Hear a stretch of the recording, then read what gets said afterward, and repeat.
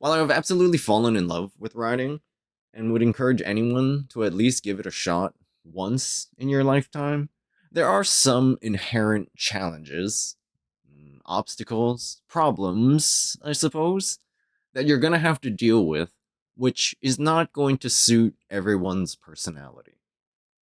While I can't go over every little thing you might encounter on the road, I do want to cover what I would consider to be the biggest reasons someone wouldn't like riding. So that before you go out and buy a bike, buy the gear, do all the things, you at least have some idea of what you're getting into. So that you're not just sitting on a pile of junk that you'll never use again and only trying to resell at a loss because you got pelted by a rock in your first 100 miles. So these are my top 5 reasons why you're probably not going to enjoy riding a motorcycle. Number 1, it's dangerous. I think it goes without saying that, first and foremost, riding a motorcycle is 100% more dangerous than driving a car.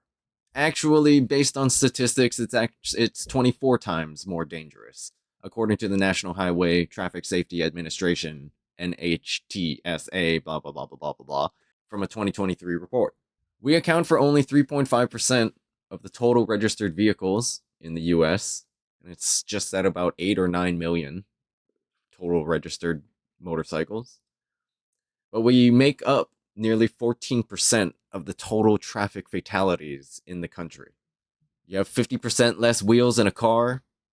You're 80% smaller than a car. Not an actual statistic, but you get the point. Like, we're a lot smaller than a car, which makes us generally harder to see and harder to judge our speed and distance. And you have 0% of the metal cage, crumple zones, airbags, all of the safety features of a car. And that was a lot of percentages. So you know that is right. There is an extra level of inherent danger that goes with riding a bike. Now, there is a caveat to this as well, though. And this is where I think personality comes into play. Because a lot of the danger can be mitigated by you as the rider. Wearing proper gear and a helmet can turn what might be a major or fatal injury into a survivable one. Not drinking and riding is another one. I mean, come on, guys. Like, the first thing alcohol affects is your balance, and the number one thing you need while riding is your balance. Kind of important. Riding responsibly in urban environments as well will probably save you a lot of grief. It all comes down to judgment. Your own personal judgment and how you treat riding. Maybe how you treat your own life. Like, I love riding and I love speed. You know? Nobody buys a motorcycle because they want to go slow.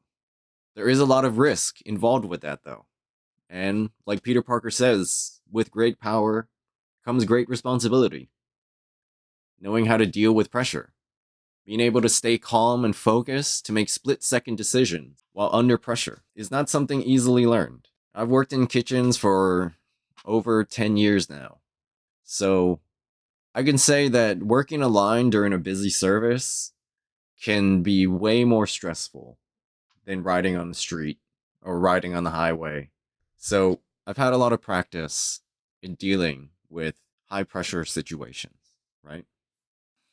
I'd also been driving for more than 20 years before I finally got a bike and started riding. Or I actually think that's an important point, because if you're going to be riding out on public roads, I think you should know how to drive on the public roads first. It's a lot easier to learn how to read the traffic around you in a car than it is when you're trying to ride a bike, especially if you're only learning how to ride a bike as well. That's just double the amount of pressure and information you're trying to process. And that's just not a good idea. I mean, as riders, we can see just how bad people can drive at times. And I think we like to think that we ourselves are the better, quote unquote, drivers on the road. So learn how to drive in a car first and be one of the better drivers.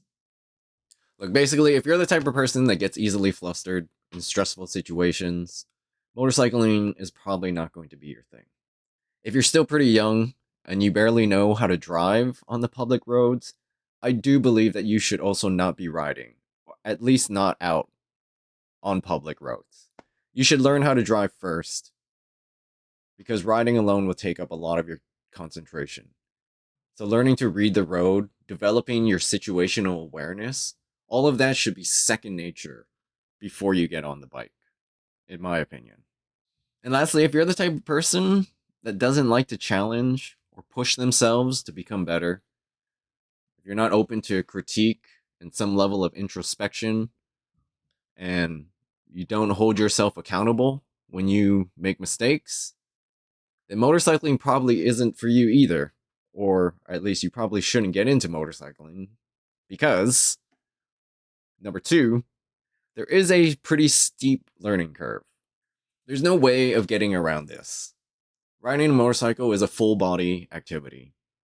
From your head to your hands to your butt to your feet, every part of you is getting involved in the ride. And you have to learn how to coordinate them all simultaneously. And if you did all of it right, you might have just shifted into second gear. I know it took me a good week of just driving around the neighborhoods to get really comfortable with just shifting. Now, if you've played any sort of organized sport, practiced any form of organized martial arts, I think you'll probably have a leg up over anyone who hasn't.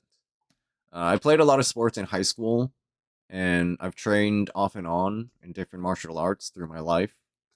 And I've just stayed generally active through this time. So while it was a challenge to learn how to ride, I was able to pick it up fairly quickly because I already had a good sense of balance and fairly well coordinated. By the end of my first year, the amount I've improved from when I first started is leaps and bounds at this point. Plus, we're not living in the 90s anymore, so the wealth of knowledge out there is such a boon for us new riders. Like, I honestly don't know what I would be doing right now if I was still in the 90s and riding a motorcycle. My skill level would have been totally mid, totally basic. While the information would still be out there, it would have been much more difficult to access or even be aware of the fact that there was extra information out there. These days, just with YouTube alone, man, you will pick up a ton of information if you are willing to put the time and the effort in to learning about it. This is one of the biggest surprises as well for me about riding, is just how deep the rabbit hole you can go. From advanced riding to stunting, basic maintenance and upkeep, full on track riding, dirt riding. There is no end to how far you can go and what you can learn in this sport. It's great. It is awesome. But just like anything else, you just have to put the time and the effort in to be willing to do it. And this is key for anything you're doing in your life, honestly. Really, if you're just not a person who likes to learn, I feel like that's really sad because you're never going to develop any other skill sets. Not just riding a motorcycle. I mean, just in general life skill sets.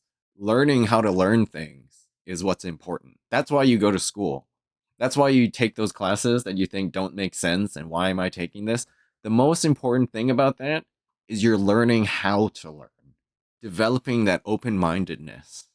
Developing that sense of humility, right? The ability to say, yes, I don't know this thing. And that is a failing of myself. And now I want to learn more about it. That is how you develop as a person. That is how you evolve as a human. And that is how you become a better rider as well. It all links up there.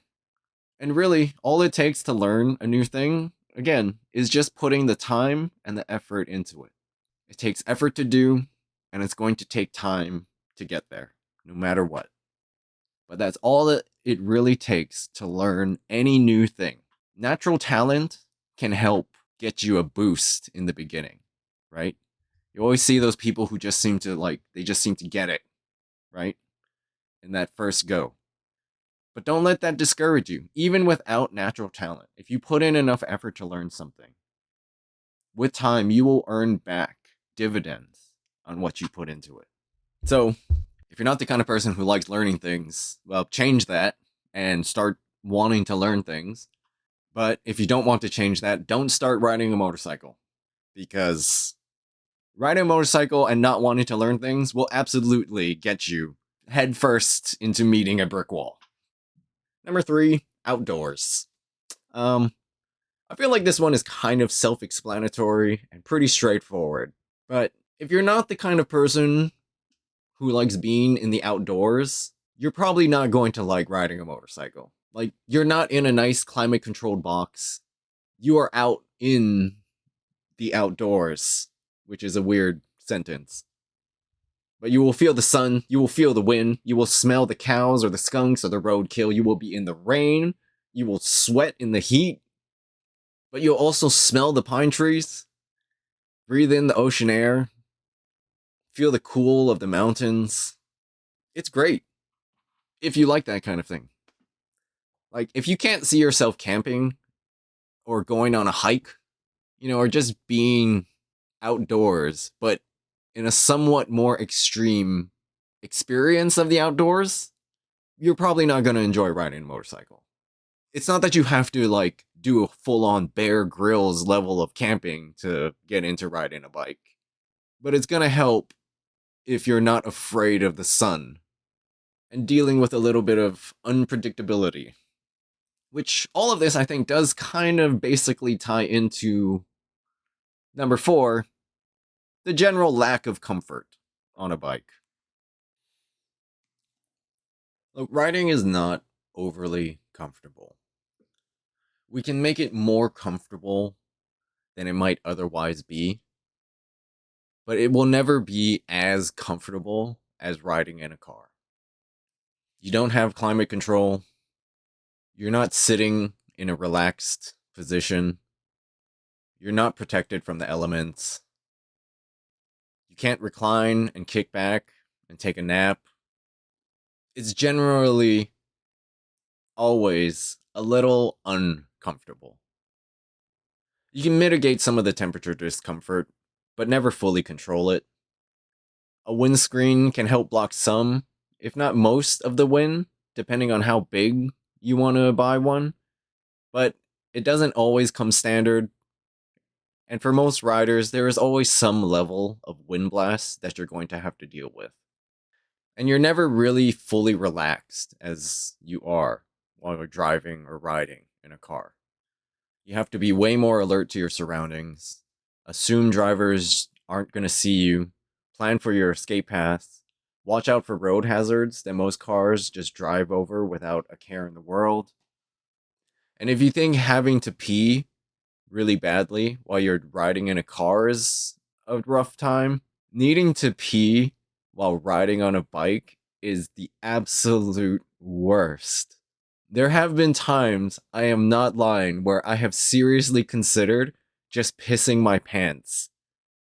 And because it's a dark color, no one's going to see it anyways, and I'll just wash everything later because it was so excruciatingly bad. Anytime I'm near a bathroom now and I'm about to get on the bike, I always could just go and use the bathroom. Even if it's barely anything, I just go. Because it hurts. It seriously hurts. At the end of the day, you can basically look at it like this. If you're the type of person that needs to be pampered and you can't deal with a little uncomfortableness, riding a motorcycle is not going to be for you. And at number 5, all the extra stuff. Before I started riding a motorcycle, I did know a few people who rode, or I would meet them every once in a while. And I would often think that it looked like a real pain in the ass, dragging all of that extra stuff around. the jacket, the pants, the helmet, potentially shoes if you need to change out of riding shoes, some sort of a bag to carry everything else in because you don't have a trunk, all of that stuff. And I have to say, I was right. It is a real pain in the ass. It's worth it to me to do, but it is an extra thing. There are a lot of extra things that you have to bring with you. Which, funny enough, we have even less cargo space as well, as in, i.e., zero cargo space, with even more stuff that we need to bring with us. Like, yes, you can fit tail bags, saddlebags, tank bags, you can wear a giant backpack, but all of that is extra stuff you need to buy, first of all. Whereas a car is just by definition able to carry more stuff without having to buy anything extra. And nobody's going to do a Costco run on a bike. Well, you could try it, I guess, but I wouldn't recommend it. So, this is definitely something to consider if you're going to be daily riding, like I do. When you go to work, you need to have a place to store all of this stuff, be able to change in and out of your gear into your work clothes. It can be a bit of a hassle. Generally, if I'm going out with friends, I'll catch a ride in their car because I don't want to drag all of my stuff with me when we're going out. When I go out to ride, I go out to ride and I go somewhere because I just need some sort of a destination, which is generally a coffee shop or something. But I'm not going out to hang out with friends, go walk around a mall or go shopping in stores with all of this extra crap on me. And besides, there's a limit to how much stuff I could buy anyways, which, that's a good thing in and of itself. And really, you're bringing all of this extra stuff as well to be prepared. And that might be maybe a whole separate point. But if you're the type of person that's not very good at preparing ahead of time, you're probably not going to like riding a motorcycle. All in all, these are my 5 reasons why you might not like riding a motorcycle. And that's okay. Better to figure it out now before you go put down all this money for something you're only going to end up selling after 1,000 miles or something, which happens all the time. Honestly, if you're thinking about riding, go get yourself a scooter and ride that around. Seriously. That's what I did for a year before I got the motorcycle. Because I wanted to be sure that I would even enjoy riding at all. And you know what? The scooter was super cheap. It does not require a motorcycle license. Or maybe it does, but when I bought it, they didn't ask me for it. I had a driver's license, and that's all that mattered. And you'll basically get the full experience of riding just on something that costs less and is easier to handle and will still get you around wherever you need to go. Those little scooters can be a lot of fun. I had a 150cc genuine scooter or whatever it was called. Can't remember exactly. But I rode that for a year and I did not have any gear. I didn't have any experience and I wasn't watching any sort of riding videos, which I think I got lucky in that year. But I did have a helmet. I dropped the bike twice, scooter twice, and that hurt. But I kept riding. And that's when I decided, honestly, that this was going to be for me. I think that first time you fall down doing anything and you get back up, that's when you really, truly know whether or not you want to do this thing. I tried skating once, and I fell down, and I never wanted to do it again. Whereas other people, they love skating. They crush their freaking nuts on rails all the time, and they get back up, and they go at it again. So, honestly, if you're thinking about getting into riding, go out and get yourself a little scooter, man. Or get a little Grom. Get something, and try it out. Because you're never going to know until you try it. Well, if you made it to the end, then I appreciate it, and hopefully you've enjoyed. Maybe learned something. Let me know down in the comments below if you think there's other reasons that people might not like riding. Give it a like, subscribe, do all that stuff. Because I need that sweet, sweet watch time. Anyways, hope you enjoyed. Thanks. Bye.